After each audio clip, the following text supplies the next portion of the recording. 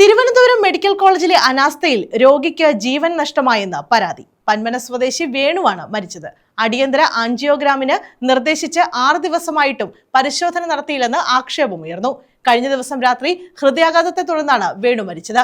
Medical കോളേജിലെ അനാസ്ഥ വെളിവാക്കുന്നതാണ് സംഭവമെന്ന് ആക്ഷേപം ഉയർന്നു. മരണത്തിന് മണിക്കൂറുകൾക്ക് മുമ്പ് ഓട്ടോ ഡ്രൈവറായ വേണു സുഹൃത്തിനോട് സംസാരിക്കുന്ന ശബ്ദ സന്ദേശവും പുറത്തുവന്നു. ഓട്ടോറിക്ഷ തൊഴിലാളിയായ പന്മന പൂജാഭവനത്തിൽ വേണുവാണ് മരിച്ചത്.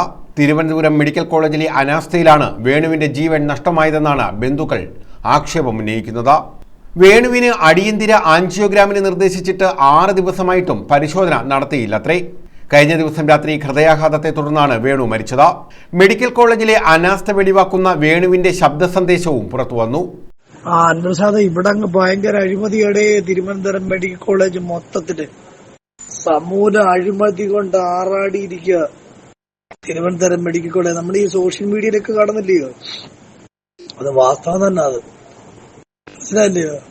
കണ്ണൂര് ഒരു ഹോസ്പിറ്റലിനകത്ത് കയറി ഒരു ഡോക്ടറെയും 12 സിസ്റ്ററേയും കയറി കൈകാര്യം ചെയ്തില്ലേ ഒരു പിതാവ്. അതൊക്കെ അവനവന്റെ മാനസിക ധർമ്മത്തിനനുസരിച്ച് ചെയ്തു പോകുന്നത്. അത് കറക്റ്റാണ്. കാരണം ആ രീതിയിൽ തിരുവനന്തപുരത്തോട് ചെയ്ത് വെക്കേണ്ടതായിട്ട് കൂടി കാര്യങ്ങൾ വന്നു ചേർന്നിരിക്കുക. ഒരു മനുഷ്യൻ വന്ന് എന്തെങ്കിലും ചോദിച്ചു കഴിഞ്ഞാൽ ആ ഹോസ്പിറ്റലിനെ സംബന്ധിച്ച് എന്തെങ്കിലും ഡീറ്റെയിൽസോ എന്തെങ്കിലും അറിയേണ്ട കാര്യങ്ങൾ ചോദിച്ചു കഴിഞ്ഞാൽ ഒരക്ഷരം ശബ്ദിക്കത്തില്ല. ഒരക്ഷരം അവര് മറുപടി പറയത്തില്ല. നമ്മൾ യൂണിഫോം ഇട്ടിരിക്കുന്ന ഒരാളിനോട് നമ്മളൊരു കാര്യം നമ്മൾ അറിയാൻ വേണ്ടി ചോദിച്ചാല് നായ നോക്കുന്ന കണ്ണുകൊണ്ട് പോലെ അവർ നോക്കാൻ ശ്രമിക്കത്തില്ല. ഒന്ന് തിരിഞ്ഞു പോലെ നോക്കത്തില്ല. ഒരു മറുപടി പിന്നീടാകട്ടെ പറയത്ത് പോലുമില്ല. ഇവിടെ കൈക്കൂലിയുടെ ഏറ്റവും വലിയ ബഹളം. ഞാന് ഈ ആശുപത്രിയിൽ ഞാൻ ഇവിടെ വന്നിട്ട് വെള്ളിയാഴ്ച രാത്രി ഞാനിവിടെ വന്ന എമർജൻസി ആൻജിയോഗ്രാം ചെയ്യുന്നതിന് വേണ്ടിയിട്ട്. മനസ്സിലായില്ലയോ? മരണത്തിന് മണിക്കൂറുകൾക്ക് മുമ്പ് ഓട്ടോറിക്ഷ ഡ്രൈവറായ വേണു സുഹൃത്തിനോട് സംസാരിക്കുന്ന ശബ്ദ സന്ദേശമാണ് പുറത്തു വന്നത്. കഴിഞ്ഞ ബുധനാഴ്ചയാണ് ഓട്ടോ ഡ്രൈവറായ വേണുവിന് നെഞ്ചുവേദന അനുഭവപ്പെട്ടത്. തുടർന്ന് ചവറ പ്രാഥമിക ആരോഗ്യ കേന്ദ്രത്തിലെത്തിച്ചു. ആൻജിയോഗ്രാം വേണമെന്ന് നിർദ്ദേശിച്ചതിനാൽ കൊല്ലം ജില്ലാ ആശുപത്രിയിലേക്ക് റഫർ ചെയ്തു. ജില്ലാ ആശുപത്രിയിൽ പ്രവേശിപ്പിച്ചു.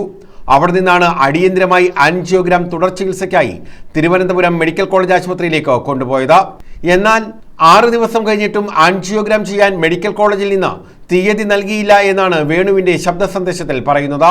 വെള്ളിയാഴ്ച മാത്രമാണ് ആൻജിയോഗ്രാം ചെയ്യാൻ കഴിയുക എന്നുള്ള നിർദ്ദേശം കൂടി ആശുപത്രി അധികൃതരുടെ ഭാഗത്തു നിന്ന് ഉണ്ടാവുകയും ചെയ്തു. ഈ സോഷ്യൽ മീഡിയയിൽ പ്രചരിക്കുന്ന വോയിസ് കോൾ എൻ്റെ ചേട്ടൻ്റെ തന്നെയാണ്. ഈ ഹോസ്പിറ്റലിലെ അവരുടെ അനാസ്ഥയാണ് ഈ മരണത്തിന് കാരണം.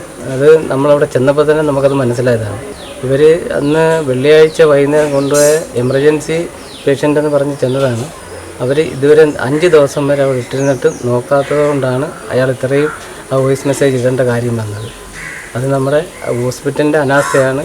അത് അന്വേഷിക്കണം. അത് മന്ത്രിതലത്തിലായാലും ആരോഗ്യമന്ത്രിയായാലും മുഖ്യമന്ത്രിയായാലും അത് അന്വേഷിച്ച് കണ്ടെത്തണം. കഴിഞ്ഞ രാത്രി 9 മണിയോടെ ഗുരുതരാവസ്ഥയിലായി വേണു ഹൃദയാഘാതത്തെ തുടർന്നാണ് മരിച്ചത്. കുടുംബത്തിന്റെ ഏക അത്താണിയായിരുന്നു വേണു. വേണുവിനെ വലിയ തുക നൽകി ചികിത്സിപ്പിക്കാൻ പണമില്ലാത്തത് കൊണ്ടാണ് സർക്കാർ ആശുപത്രിയിൽ പ്രവേശിപ്പിച്ചതെന്ന് ബന്ധുക്കൾ ഉൾപ്പെടെ പ്രതികരിച്ചു. തലവേദന കാരണം വേണോട് എന്തോ അവിടെ കിടന്ന് ഭയങ്കരമായിട്ട് ബഹളം വെച്ച് ഞാൻ ചെന്നിട്ട് സിസ്റ്ററെ ചെന്ന് വിളിച്ചപ്പോൾ അവർ പറഞ്ഞു വേദനയ്ക്ക് ഞങ്ങൾക്ക് ഗുളിക തരാൻ പറ്റൂല എന്ന് പറഞ്ഞു. ഞാൻ വീണ്ടും തിരിച്ച് വാർഡിൽ വന്നപ്പോഴത്തേക്ക് വേറൊരു ഡോക്ടർ ഒരു പേഷ്യൻറ്റിനെ അവിടെ നോക്കുന്നുണ്ടായിരുന്നു. അങ്ങനെ ഞാൻ അന്ന് വേണോടും പറഞ്ഞു അത് ഡോക്ടറല്ലേ എന്ന് പറഞ്ഞു. ചെന്നിട്ട് വേണോടും പറഞ്ഞു ഡോക്ടർ എനിക്ക് ഭയങ്കര തലവേദന, എൻ്റെ ഡോക്ടർ ഇവിടെ ഇല്ല, എന്തെങ്കിലും ഒന്ന് ചെയ്യാമെന്ന് ചോദിച്ചപ്പോൾ ആ ഡോക്ടർ പറഞ്ഞു ഇത് നിങ്ങൾ എൻ്റെ പേഷ്യൻ്റ് അല്ല, എനിക്ക് നോക്കാൻ പറ്റത്തില്ല. അന്നേരം വേണോട് അവിടെ ഷൗട്ട് ചെയ്ത് ഒരു ഡോക്ടർക്ക് ഒരു സാധാ തലവേദന വന്നാൽ ഗുളിക തരാൻ പറ്റത്തില്ല, പിന്നെ നിങ്ങൾ എന്തിനാണ് ഈ പഠിക്കുന്നത് എന്ന് പറഞ്ഞുകൊണ്ട് ഒത്തിരി വഴക്ക് പറഞ്ഞു. ചീത്തയൊന്നും വിളിച്ചില്ല, നല്ല വഴക്ക് പറഞ്ഞു. എന്നിട്ട് പറഞ്ഞ സമയത്ത് കുറേ ഡോക്ടർമാർ വന്നങ്ങ് നോക്കിയിട്ട് പോകും, പിന്നെ അവരുടെ കാര്യം അന്വേഷിക്കത്തില്ല എന്ന് പറഞ്ഞപ്പോഴത്തേക്ക് ആ ഡോക്ടർ പറഞ്ഞ് ഞാൻ ചെന്നെല്ലാം പറഞ്ഞേക്കാന്ന് പറഞ്ഞ്.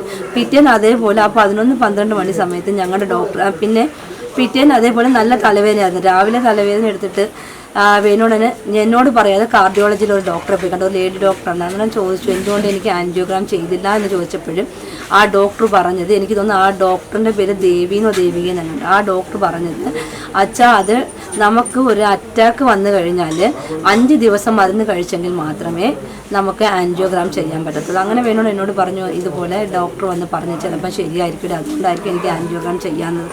സ്വകാര്യ സ്കൂൾ അധ്യാപിക സിന്ധുവാണ് ഭാര്യ. പൂജ, ഗംഗ എന്നിവർ മക്കളാണ്. ഞാനാ ചെന്ന് അവിടെ കയറിയപ്പം അവരെ കൂടെ വന്നയാന്ന് ചോദിച്ചു. അപ്പം ഞാൻ പറഞ്ഞു അവരവിടെ വന്നയാന്ന് പറഞ്ഞു.